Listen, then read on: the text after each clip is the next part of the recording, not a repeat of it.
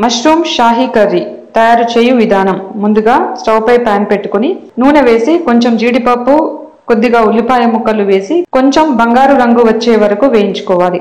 అలాగే టమాటా ముక్కలు కూడా దీంట్లో వేసి కలిపి దీనిని కూడా కొద్దిగా వేయించుకోవాలి.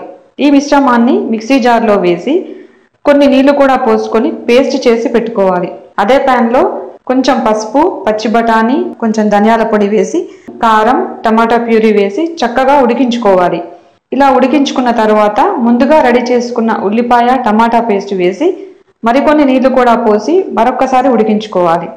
చివరగా కొబ్బరి పాలు, మష్రూమ్ని కూడా వేసి కొంచెం క్రీమ్, కొంచెం తేనె కూడా వేసి మరికొద్దిసేపు ఉడికించుకుని చపాతీతో సర్వ్ చేసుకుని తింటే చాలా రుచిగా ఉంటుంది.